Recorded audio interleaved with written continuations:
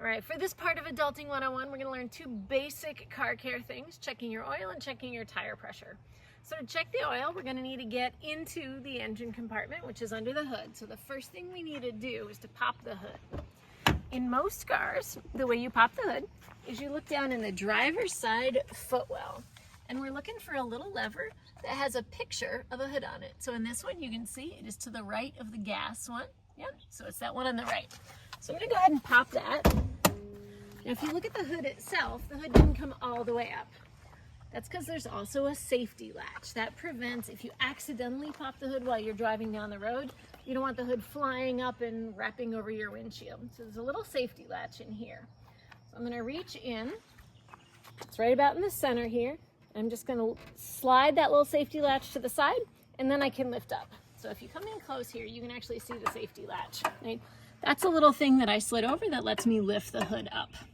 Okay, this hood doesn't stay up on its own, so if I let it go, it would close. There's a thing called a hood prop. Mine is actually attached to the hood itself.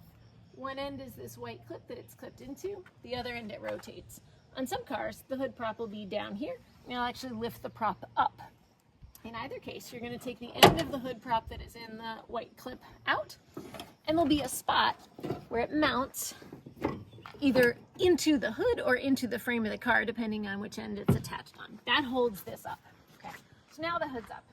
The next thing I need to do is find the dipstick, which is where we're going to check the oil. So in this car, the dipstick is yellow, and you'll see it says engine oil on there. Okay? That's a long stick that goes down into the crankcase of the engine, and it dips down into the oil. When I take it out, you can see that there is some oil on it. Now this car's been driving around, so the oil's been sloshing around. So the first thing I'm going to do is I'm going to wipe off any of the oil that's on there to get a nice clean read. I'm going to feed that dipstick back down into that tube, all the way down until it clicks. So it's fully down. Now the dipstick is fully submerged in the oil. I'm going to pull it back out, and I'm going to look at the level. Okay.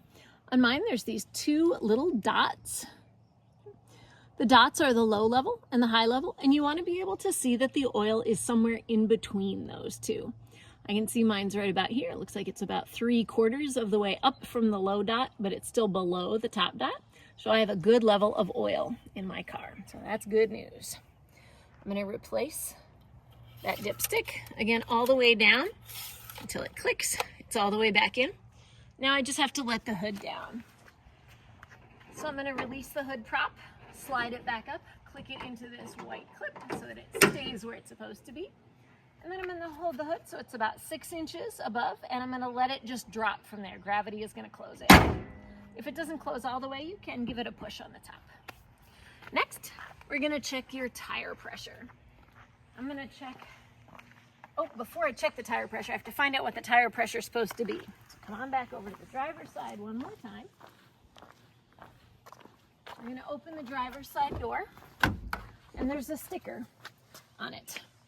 The sticker will say cold tire pressure, and then you'll see it in two different units. One's metric, one's imperial. We're looking at the imperial. This is 35 psi, so that is 35 pounds per square inch. There'll be 3 numbers: the front tires, the rear tires, and the spare tire. They might all be different. They might be the same. In this car, the front and rear are the same pressure. And again, this says cold tire pressure. When your tires are warmed up, the pressure will be a little higher in them. When they're cold, it'll be a little lower. This car was driven not that long ago, so we want our tire pressure to be 35 or a little above it. So let's come check it.